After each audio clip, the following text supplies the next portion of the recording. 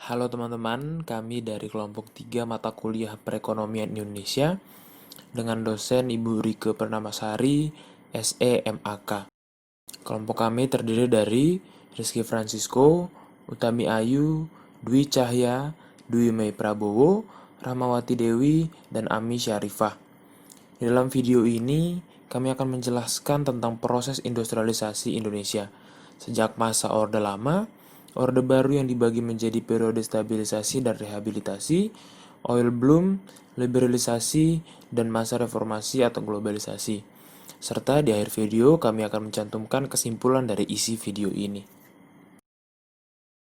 Masa Orde Lama. Pada awal kemerdekaan, pembangunan ekonomi Indonesia mengarah pada perubahan struktural ekonomi kolonial menjadi ekonomi nasional yang bertujuan untuk memajukan industri kecil yang diharapkan akan mengurangi tingkat ketergantungan luar negeri. Periode tahun 1945 sampai dengan 1950 ditandai dengan sistem ekonomi yang masih menggunakan ekonomi tertutup dan juga struktur ekonomi yang masih kental dengan zaman peninggalan kolonial dan juga kas negara yang kosong yang dikarenakan pajak dan biaya masuk sangat berkurang dan juga ekonomi yang bergantung hanya pada sektor pertanian. Inflasi yang sangat tinggi karena beredarnya lebih dari satu mata uang secara tidak terkendali. Mata uang Belanda, mata uang Jepang, dan juga ORI, uang Republik Indonesia. Adanya blokade ekonomi oleh Belanda menutup pintu perdagangan luar negeri. Selanjutnya, periode tahun 1950 sampai dengan 1957 ditandai dengan demokrasi liberal di mana politik dan ekonominya juga menggunakan prinsip liberal. Hal ini memperburuk kondisi perekonomian karena pada saat itu pengusaha pribumi belum siap bersaing dengan dunia global. Periode tahun 1959 sampai 1965 ditandai dengan pembentukan deklarasi ekonomi untuk mencapai tahap ekonomi sosialis dengan cara terpimpin. Dalam pelaksanaannya justru mengakibatkan stagnansi bagi perekonomian Indonesia dan harga barang-barang naik sampai 400%. Devaluasi mata uang malah meningkatkan inflasi. Uang senilai 1.000 didevaluasi menjadi 1 pada 13 Desember 1965. Namun di masyarakat uang rupiah tersebut hanya dihargai 10 kali lipat lebih tinggi, yang mana justru meningkatkan angka inflasi. Kebijakan rencana pembangunan semesta 8 tahun pada 1961 tidak terlaksana, kemudian diperparah dengan semakin terpuruknya ekonomi hingga terjadi hiperinflasi sampai 650%, dikarenakan pada saat itu pemerintah melakukan pengeluaran secara besar-besaran yang bukan ditujukan untuk pembangunan dan juga pertumbuhan. Pada akhir tahun 1965, Indonesia memutuskan kerjasama dengan IMF dan Bank Dunia, bantuan asing berhenti dialirkan ke Indonesia, kemudian keadaan ekonomi yang semakin buruk dan sistem politik yang carut-marut menyebabkan gerakan kudeta 30 September 1965 yang menjadi penanda runtuhnya Orde Lama. Masa Orde Baru, visi melaksanakan Pancasila dan UUD 1945 secara murni dan konsekuen dalam setiap aspek kehidupan masyarakat Indonesia. Kebijakan yang lain yaitu stabilisasi dan pertahanan keamanan negara yang menyebabkan pemerintahan yang cenderung otoriter. Periode 1967 sampai 1972, stabilisasi dan rehabilitasi ekonomi pasca Orde Lama yang dituangkan melalui ketetapan MPRS nomor 23 tahun 1966. Stabilisasi mengendalikan inflasi dan juga rehabilitasi perbaikan secara fisik dan sarana dan prasarana agar terwujudnya masyarakat yang adil dan makmur. Dalam pembangunan negeri yang mencapai 2,3 sampai 2,7 miliar, pemerintahan harus menunda pembayaran negara kreditor. Seperti di Tokyo, devisa ekspor yang digunakan untuk pembayaran hutang yang selanjutnya akan dipakai untuk pengimpanan bahan baku. Di Paris, hutang yang akan jatuh tempo akan dipertimbangkan untuk ditunda pembayarannya. Perundingan dilanjutkan di Amsterdam, di Belanda, pada tanggal 23 sampai 24 Februari 1967, yang bertujuan untuk membicarakan kebutuhan Indonesia akan bantuan luar negeri yang kemudian Indonesia mendapatkan bantuan dengan cara lunak melalui IGI, atau Intergovernmental Group for Indonesia. Pembangunan perdagangan Indonesia pada masa Orde Baru dengan cara pengambaikan stabilisasi ternyata berhasil menurunkan laju inflasi hingga di bawah 10%. Sehingga pemerintah mengambil langkah selanjutnya yaitu Perencanaan Pembangunan Nasional. Rencana pembangunan pada masa Orde Baru sering disebut dengan Repalitan yang dibuat pada tahun 1969 yang bertujuan untuk meningkatkan pertumbuhan ekonomi. Dengan rencana dan target yang jelas, kemudian hal ini mendapat simpati dari negara barat, sehingga mendapatkan aliran modal yang berlimpah untuk pembangunan nasional. Rencana pembangunan 5 tahun bersifat jangka panjang karena melibatkan proses industrialisasi skala besar yang diharapkan meningkatkan kesejahteraan masyarakat. Repelita 1 pada tahun 1969 sampai 1974 yang sarannya cukup sangat pandang dan peningkatan kesejahteraan rakyat. Repelita 2 berfokus pada pengembangan sektor pertanian yang memiliki target pembangunan pangan dalam negeri. Keberhasilannya itu meningkatkan pertumbuhan ekonomi, kenaikan produksi, perbaikan irigasi, dan juga peningkatan perbaikan dan pembangunan jalan dan jembatan. Repelita 2 ini menjadi dasar tumbuhnya industri. Repelita 3 berfokus pada pengembangan sektor pertanian untuk menuju swasembada pangan, peningkatan industri untuk mengolah bahan baku menjadi barang jadi dan juga penekanan pada trilogi pembangunan yang isinya pemerataan pembangunan agar tercipta keadilan sosial pertumbuhan ekonomi yang cukup tinggi dan stabilisasi nasional. Repelita 4 masih berfokus pada sektor pertanian untuk menyusul swasembada pangan dan juga peningkatan industri yang menghasilkan mesin itu sendiri. Keberhasilannya itu pada tahun 1984 Indonesia berhasil melakukan swasembada pangan yang mana hal ini mendapatkan penghargaan dari Organisasi Pangan dan Pertanian Dunia. Repelita 5 menjadi akhir dari pola pembangunan jangka pertama. Tahap pertama menitik beratkan kepada sektor pertanian dan produksi pertanian lainnya serta industri untuk memantapkan swasembada pangan dan barang ekspor. Repelita 6 ditargetkan mulai memasuki proses lepas landas Indonesia untuk memacu pembangunan dengan kekuatan sendiri. Pembangunan ini berasal dari sektor yang melibatkan industri dan juga pertanian, serta ditargetkan untuk meningkatkan kualitas sumber daya manusia.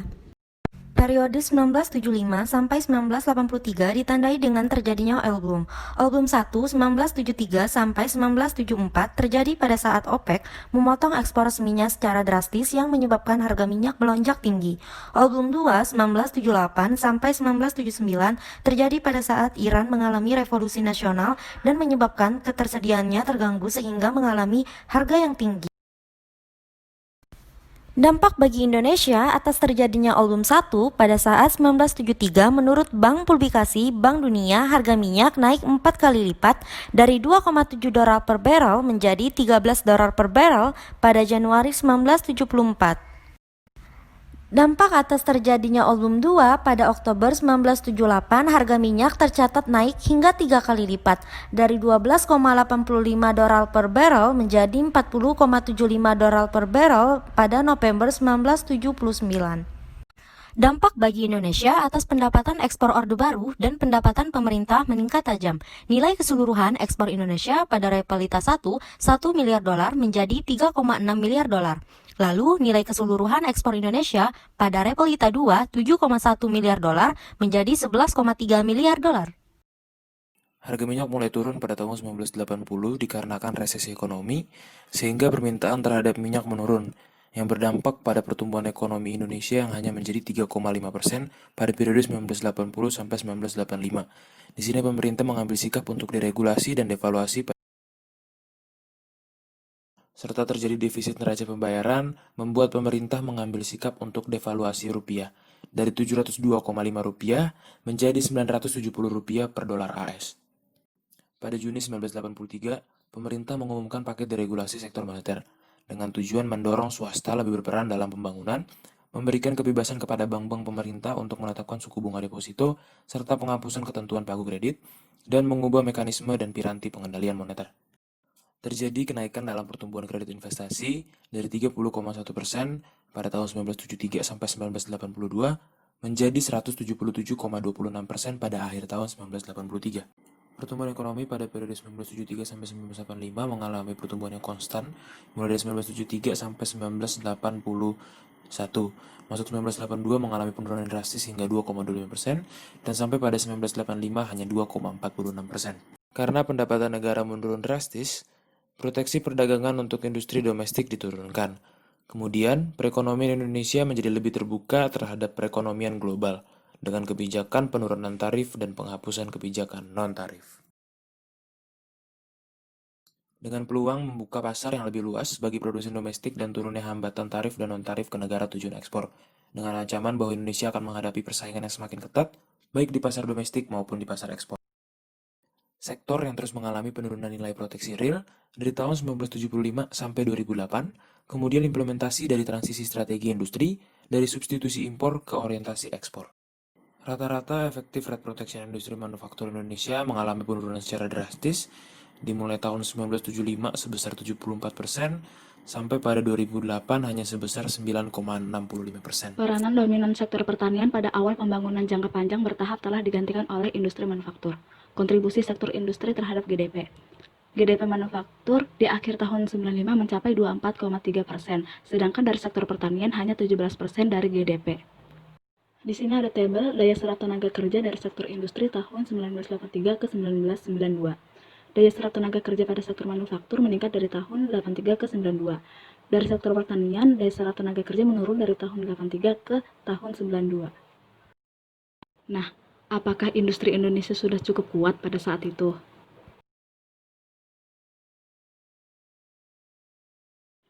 Keadaan industri yang terjadi pada saat itu yang cenderung mendorong pada sektor modern manufaktur ternyata memarginalkan sektor pertanian yang ada di desa, karena tujuannya bukan untuk memajukan pertanian, tetapi malah dampaknya merugikan pertanian dalam jangka panjang, seperti penggunaan pupuk pada kesuburan tanah, yang padahal 60% pekerja dari sektor pertanian. Selanjutnya, rendahnya tingkat efisiensi produksi manufaktur yang dikarenakan rendahnya teknologi dan juga rendahnya kompetensi tenaga kerja yang menyebabkan nilai tambah manufaktur hanya 5-6%, yang menyebabkan tenaga kerja buruh hanya memiliki penghasilan 2 juta pada saat itu. Periode tahun 97 sampai 2004.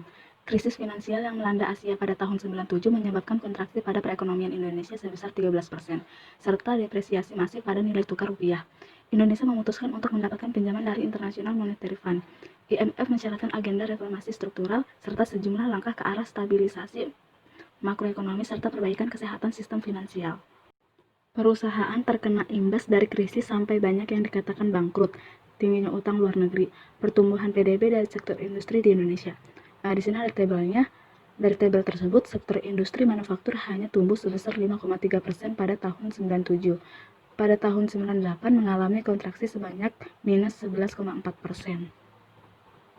Puncaknya pada tahun 1998, dolar Amerika Serikat menyentuh titik tertinggi sepanjang masa sebesar Rp16.650. Pada Juni 98, demo karena krisis kepercayaan terhadap pemerintah menuntut Presiden Soeharto mundur dari jabatannya. Industrialisasi Indonesia di masa globalisasi tahun 2005-2009 adalah masa perkembangan industri setelah krisis.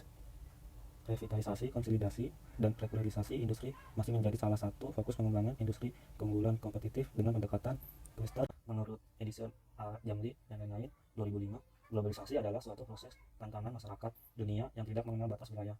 Globalisasi ekonomi ditandai dengan makin menipisnya batas-batas investasi atau pasar secara nasional, regional, ataupun internasional yang disebabkan oleh komunikasi dan transportasi yang canggih, penggunaan secara keunggulan komparatif dan keunggulan kompetitif tiap-tiap negara, lalu lintas devisa yang makin bebas, metode produksi dan perakitan dengan organisasi yang makin efisien, ekonomi negara yang makin terbuka, semakin pesatnya perkembangan perusahaan multinasional MNC di hampir segala penjuru dunia.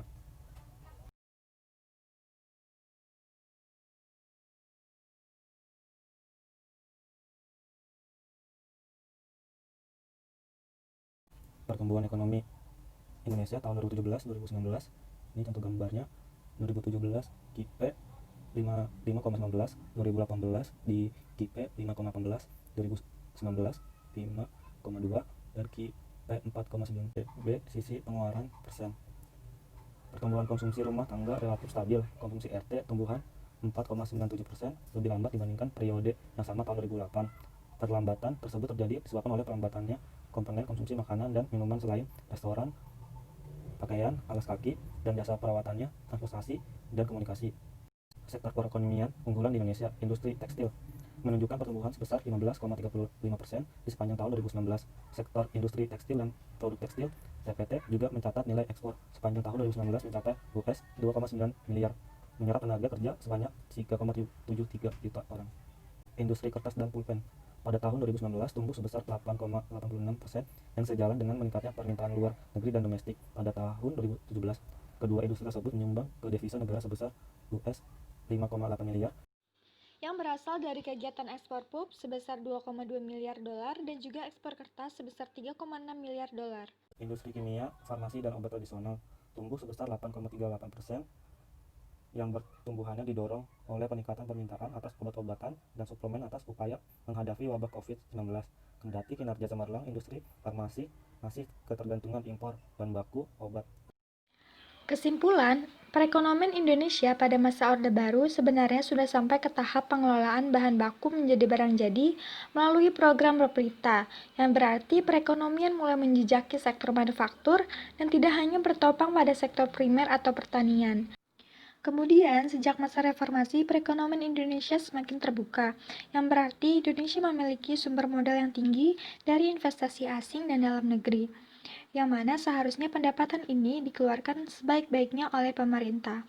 Juga menjadi fenomena globalisasi ekonomi, yang mana Indonesia berarti memiliki ketergantungan dengan negara lain dalam mengelola asetnya. Pada saat ini, pengelolaan modal yang semakin membaik dan juga publik yang memiliki kebebasan untuk menyuarakan pendapat mengenai kebijakan pemerintah.